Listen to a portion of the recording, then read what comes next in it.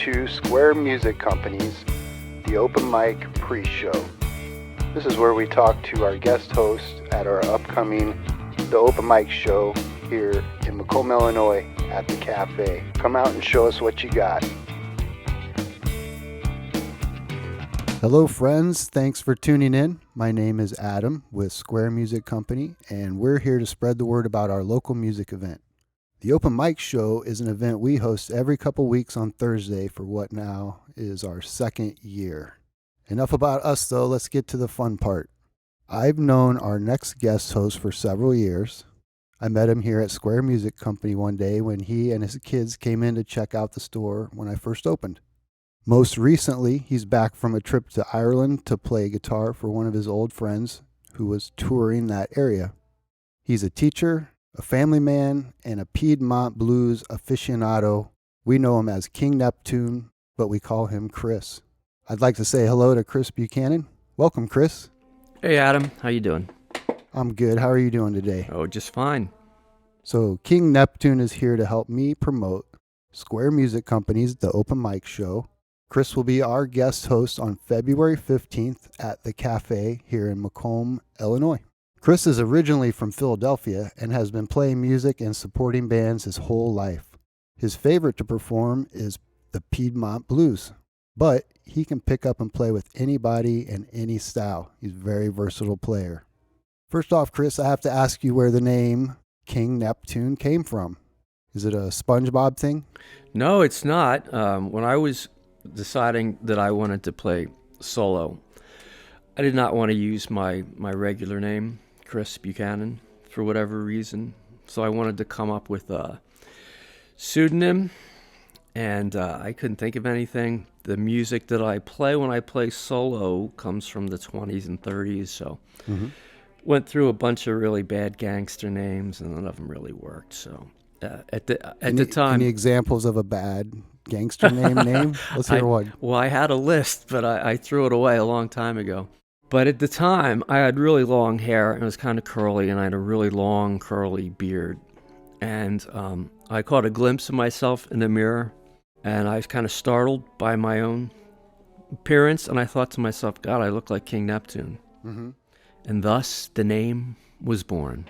It emerged from the water. And keep in mind, I kind of looked like him, too, when I was starting to play solo, with the long hair and the beard. Not to be confused with Aquaman, right? He was clean-shaven, as I recall. Okay. But I could be wrong. The movies are different. The comic books are different. I go back to the cartoon days. Cartoons, yeah. Yeah, so that's where King Neptune comes from. He was pretty slick in the cartoon. Well, yeah, I guess. So tell us about Bessie Smith. It's one of your inspirations. Bessie Smith was a very famous woman who sang back in the 1920s. At one time, she was, I think, the number one singer in the United States. And she was a blues singer. She's known as the Empress of the Blues. Empress of the Blues. Yeah, and it's not what we would call blues today. We might call it early jazz. It was maybe a Tin Pan Alley type of blues. And the reason we're talking about her is because I do a lot of songs by her. The reason for that is many moons ago I had a duo with a woman, and I would play the guitar and she would sing the Bessie Smith parts. I think I read that was when you lived in Philadelphia. Yeah. That was called Rhapsody, Ragtime, and Blues, that duo that I had. And I arranged those songs myself based on the recording, so they're my arrangements. Mm-hmm. And when we stopped playing together, I had all these great arrangements, these great songs, and I didn't just want to not do them anymore. So I started to sing them. So that's why I do those songs, because I have them in my repertoire. And all I had to do was change a few pronouns. You know, it's a woman singing about her lost love, so I have to change the he's to she's. Mm-hmm. A lot of times it's just a song about, you know, anything in general that you can imagine. It's not particularly written towards anyone, so I can do them. So if it makes sense to have a man singing it, I can sing it. Mm-hmm. What drew you to the songs? Was it the music or the lyrics? Both? Well, it's right now I'm doing them because it's my arrangements, and the lyrics are really good. The songs are really good. Mm-hmm. That's why I continue to play them now. And at the time, I think I knew who Bessie Smith was because it's of that era of the Piedmont blues, which is the main thing that I do. So if you know Piedmont blues, you're probably going to know who Bessie Smith is as well. You're going to be familiar with that type of music. All right. So, what's a song or even an artist that you think people should go listen to that they might have overlooked at this point that's in the blues genre? Well, I play Piedmont blues. Not a lot of people know what that is. In fact, even people that say they love the blues, you talk to them and it turns out they love what they know as the blues. They're not really aware oftentimes that there's other forms of blues music. So I would say Piedmont blues. Now, that's a style of blues from the 1920s and 30s. It was real popular. It came out of North Carolina. When people think of blues, they think of a blues band, right? That's the Chicago blues. And if they think of acoustic blues, they'll think of somebody playing slide guitar, right? Well, that's Delta blues. But not many people think of someone like Blind Blake or Blind Boy Fuller, who play it's kind of hard to describe, but it's a very kind of complicated style of playing, very busy, and that's called the Piedmont blues. So I would recommend you check that out. Is that maybe a more combination of different elements of the other styles? Picking, strumming? It's they're trying to emulate a piano. So if you play piano, like the left hand will play a low bass note and then a chord, and then the right hand will play a melody. So the Piedmont guys were trying to do that. So the thumb would do the left hand piano part, and then the other fingers would play a melody. Huh. That's you really neat. You get to sing over top of it too. That's really neat. As I mentioned, you recently did a tour in Ireland with a colleague. I bet that took a bit of preparation and rehearsing to get show ready prior to hopping on an airplane and going and doing the shows. First off, tell us just a little bit about that process, the preparation process to go basically out of nowhere, just go and then start touring with someone who's already has a repertoire ready to go. Well, John Byrne, he's the fellow I traveled with. John Byrne? John Byrne Band, yes, Byrne. He's the fellow I played with in Philly before I moved out here. And I've done a lot of shows with him over the years, and so I know his material really well. And we're still friends. In fact, I bring him to Macomb every year. He plays at the Macomb Arts Center. So I hooked him up with that show because he tours through the Midwest and up and down the East Coast and also Ireland a couple times a year. So when he needed somebody to play guitar with him for an Ireland tour, he knew he could just call me. I knew a lot of the songs already, but he also hooked me up with a Spotify playlist with a whole bunch of songs, and I just had to play through them. I think he gave me about 80 songs, and I played each song at least twice. I had to know the material and at least be prepared for what key it was in so I'd know what key to solo in. What style of music is that? He writes a lot of his own stuff, but he also plays traditional Irish music and then also a lot of stuff by like the Pogues, for instance. Interesting. Yeah, so he covers a wide range, hence the 80 song list, out of which that's a ton. Yeah, I know. And then we ended up doing 20, the same 20 songs, which most of which I already knew. But I put the work in. Even if I didn't do the material, I had to be ready for it. You got to be prepared. So any little insider tips on how to consume or how you go about consuming that much music and memorizing or notes or triggers? What do you do to get it? Do you just get it? No way to explain it? Or No, it's a process, and it's a time-consuming process. So number one, you got to put in a certain amount of time every day, whether you want to or not. That's one thing people don't really talk about when it comes to the arts, is the discipline that's required to be successful.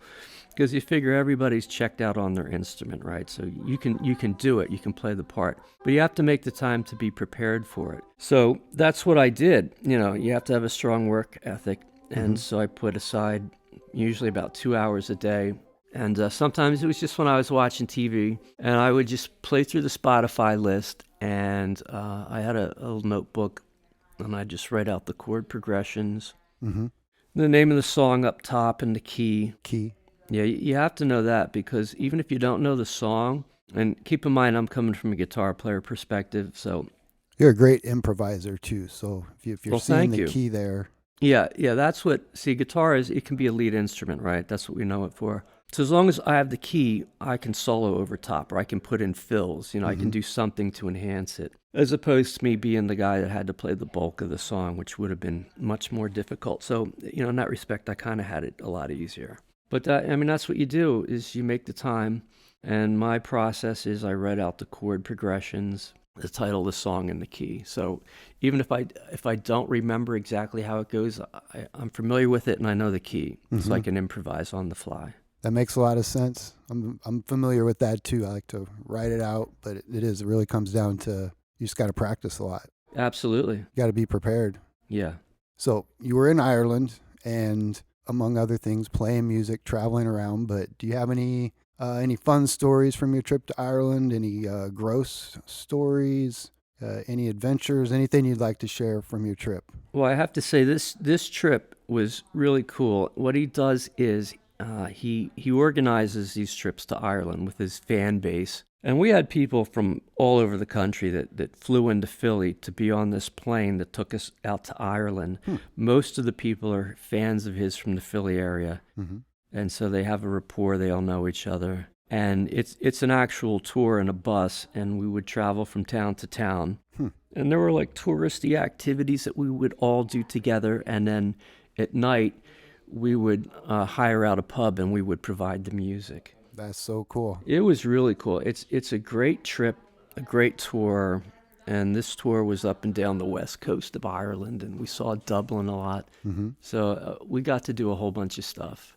I really can't pick out one particular thing, but if I had to, I would say, being a city guy, I really just like being in cities. So being in Dublin for a couple of days, just in civilization, for me was the highlight of the trip. I bet. That would be so cool. It was great, yeah. And the scenery, of course. You're in a different place with different scenery altogether. Ireland's a beautiful country. You should go. It's really green. It's nice. People are really nice. There's a lot to see. That's awesome. All right, switching gears. We really like to encourage people to get out and play live. That's our focus with the open mic show. So, Chris, what is one piece of advice you'd give to someone wanting to start playing music in front of people, getting started? Well, have some material prepared. Like if you ever sing karaoke, you've got your karaoke song, right? So the same thing, if you're going to do an open mic, have a couple of songs that you know really well and that you're confident that you can play or sing, or hopefully do both. And the way you become confident, you just got to practice them again and again so you can do them basically in your sleep. So for that 10 minutes of stardom, you've put in about 10 hours of work. Does that sound about right? True. So, and just show up. Even if you don't want to play, just show up and get used to being in that climate and being in that culture. And it'll make getting up there a little bit easier, I think. Yeah. Back to practice and rehearsing. Yep. Can't beat it. All right, I'm going to wrap things up with just a couple more. Real quick, don't think about it too much, but what's a song that you always get stuck in your head? I was in your store. What song was I singing? I was singing the Hokey Pokey. The Hokey Pokey, yeah. Yeah. It's stuck in my head all day that day, too. I don't know where they come from. Just that was the one, Hokey Pokey. That was it. You got an upcoming show? When is that? Or you got a couple shows coming up? Yeah, well, I'm doing this Thursday with you, the open mic. 15th. It's starting at 8 o'clock at the cafe, which I'm looking forward to. Heck yeah. And my next shows that are booked right now, I don't have anything till May 24th at the Wine Cellars here in Macomb. And then July 14th, a really cool gig up in Galesburg at the Sandberg Center. It's part of the Song Bag series. Awesome. Yeah, so definitely check that out. That's in Galesburg? Yep. That's great. Where can listeners find you online? Well, until I update my website, you should probably go to Facebook.